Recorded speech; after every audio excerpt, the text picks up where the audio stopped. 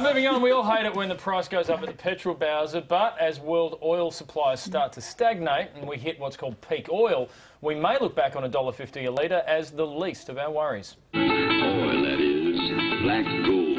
Texas tea. I loved that show, especially Ellie Mae. Oh, Ellie Mae. Anyway, where was I? Ah, right. Peak oil, doom and gloom, etc, etc. It's a term that's long been bandied about, but what does it really mean? Good question, Charlie. Peak oil doesn't mean we've run out, it means we've extracted the best stuff. There's tons of it left, just lesser quality, harder to get to, more expensive, reserves will enter decline. Here's a cool graphic. Currently, the world consumes 89 million barrels of oil a day. That's 32 billion a year. It takes up to 300 million years to form, yet we've burned roughly half of it in just 125 years. Now, I'm no expert, but that doesn't sound very sustainable. We use oil for almost everything we do, from the obvious to the surprising. And as emerging economies boom, the thirst for oils hit fever pitch. So it seems the writing's on the wall. Soon oil will be in decline and we'll have to think of a plan B. So just how ready is Australia for the inevitable changes to come? In the time that tape piece ran, the world consumed 10,560 litres of oil. Bruce Robinson is the convener of the Australian Association for the Study of Peak Oil. First of all, give it to us straight, Doc. How long have we got before we hit peak oil? That's a good question. No one knows. It could be a couple of years or 5 or 7. We won't know till afterwards probably, but it's likely to be soon. Bruce, I've got to say I've only ever heard one politician talk about that, and that was a state politician in Queensland. What is government policy on peak oil?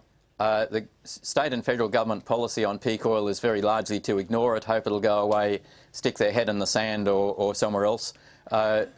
Local government is taking the issue more seriously. It's easier for local governments to look at it. Bruce, in real terms, how do you think we'll feel the immediate impact? Well, that's a good question. If we prepare, it's going to be a lot easier. It's a bit like having a bushfire plan. If we prepare in advance, everyone's got good plans, they know what to do if something happens, we're a lot better off than currently. No one's got any plans, any clues, and everyone's being kept in the dark. So if the state and federal governments don't have a plan, what can we do? I ride my bike to work every day, so presumably I'm pretty much saving the world.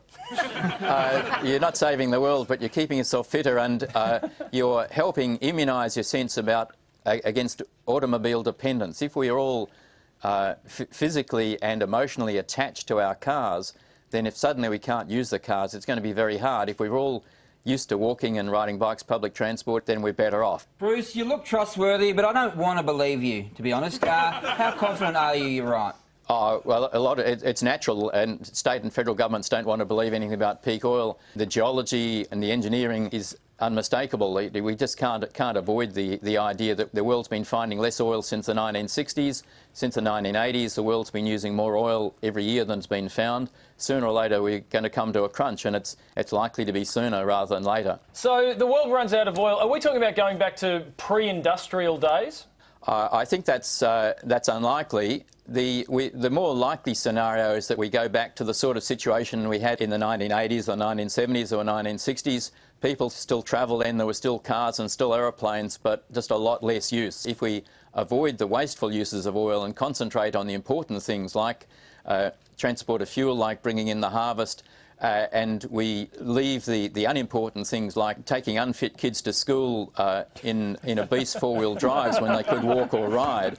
You know, there's incredible. There's trucks riding around metropolitan areas full of bottled water when there's perfectly good water, probably better water, coming out of taps. And if we prioritise it and if the governments have plans, then we're going to be much better off. So when we run out of oil, I'm just going to blame fat kids, OK? Thanks very much for scaring the hell out of everyone here tonight, Bruce. Nice chatting to you. Oh, that's all right. It's fun scaring the hell out of people. Particularly scary, the CSIRO says possibly by 2018, petrol will be $8 a litre. $8 a litre. What about air travel? I mean, how are bogans going to get to Bali? And this is not some conspiracy theory. I mean, the oil executives are aware of it. They admit that peak oil is coming, so it's something that's going to have to be dealt with. But its ability to affect people, like some people have even said, be careful what shares are in your super portfolio, because if you've got airline shares, they're not going to be worth as much because people won't be able to afford to fly. It's going to affect so many parts of our lives. Yeah, I'm freaked out. Honestly, I am. I'm freaked out. And we've got feedback already. Judy says, when I run out of oil, I find a dab of butter or margarine will do the trick. I think she's on a different track, I believe, Judy. We're going to take a quick break. Plenty more after this. Don't go.